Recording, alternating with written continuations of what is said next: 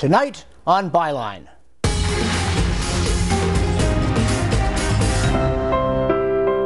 We may have disagreed with a lot of his ideas, but he was a man we can all look to for inspiration.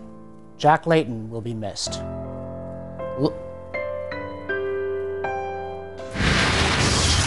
Lawless zones on the Canadian border. Why is our government scared to enforce the law of the land? Fahrenheit 451. A book celebrates its anniversary, and we discuss the success and value of dystopian predictions. This is Byline.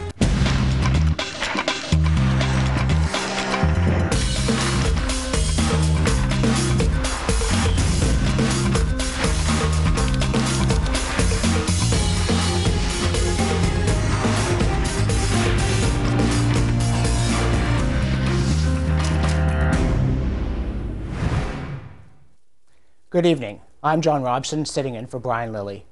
We begin tonight's Byline on a somber note.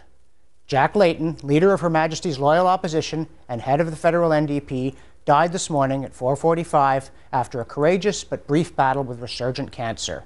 His family and friends, his party, and the nation all feel the loss. Jack Layton was the archetypal happy political warrior. There's no doubt he was a warrior. Outraged and indignant at social injustice, Layton battled tirelessly for his vision of a better Canada. But despite the passion, even anger, at what he regarded as unfair, callous, or malicious, he was nevertheless cheerful, pleasant, and optimistic, even when he knew that his time on the political and human stage was about to end, and that it was up to others now to carry on the work he had so energetically and enthusiastically done. When someone's diagnosed with a serious illness like cancer, there is an understandable tendency to emphasize how determined they are to beat it, how tough they are, what a fighter. But the fact remains that sometimes your number comes up suddenly and inexorably, and there's nothing you or medical science can do. Death, as the Bible says, comes like a thief in the night, and no matter how famous, cheerful, and determined you are, it can come early and unstoppably. Thus, Jack Layton's death, shortly after his 61st birthday, is a reminder of the fragility of life, how uncertain we are that we shall be given the years or even the months we need for the things we want to do. But his life reminds us that in response we should seize every moment, throw ourselves into our work, do tirelessly what comes to hand. And his public life also reminds us to do it with a will, with good cheer, thankful for meaningful challenges. I remember covering the 2003 NDP convention that chose Jack Layton as leader from among 6 determined contenders. And during the event, it struck me that the party, for all the hats in the ring, really faced 2 choices: resentment or good cheer. In selecting Layton, it rightfully opted for the cheerful path. This decision clearly paid off in partisan terms.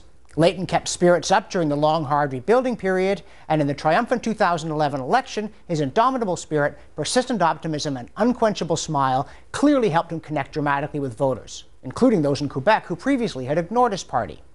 But it wasn't just good for the NDP. Canada benefits from debate that is vigorous without being vicious, spirited without being spiteful, determined without being destructive. And Jack Layton helped take things in that direction. It falls properly to his family and friends to speak of Jack Layton the man. But I will note that the long and happy associations that characterized his political career speak to the nobler qualities that he brought into public life. He was not perfect, of course. Leaving aside my obvious disagreements with him on virtually every substantive matter, derived from deep and unbridgeable philosophical differences, I would not deny that sometimes he gave way to temptation and expressed more exasperation than exhilaration. I confess he was also too relentlessly and single-mindedly political for my taste, the sort for whom paddling a wild and distant river inspired thoughts of social justice, and his final posthumous letter to Canadians consisted largely of an appeal to support his party. But the overall tone he set was good for Canada, and it's a tribute to the man. And it's clear that Jack Layton's vocation was also his avocation. To him, politics was not just a career, but a calling, the purpose to which he chose to devote his efforts, even when he knew his time was running out too quickly. A Maclean's magazine profile of Layton 6 years ago included his partner Olivia Chow's sentimental recollection of their first Christmas Eve as a couple in 1985, drafting a policy paper on a nutrition program for schools. At the time, he was a city councillor and she was a school board trustee.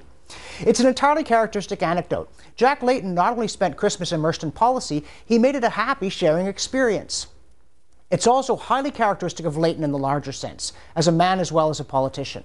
When he saw something he thought was wrong, he didn't wait for someone else to tackle it. He rolled up his sleeves and, grinning from ear to ear, set about fixing it right away to try to make Canada a better place.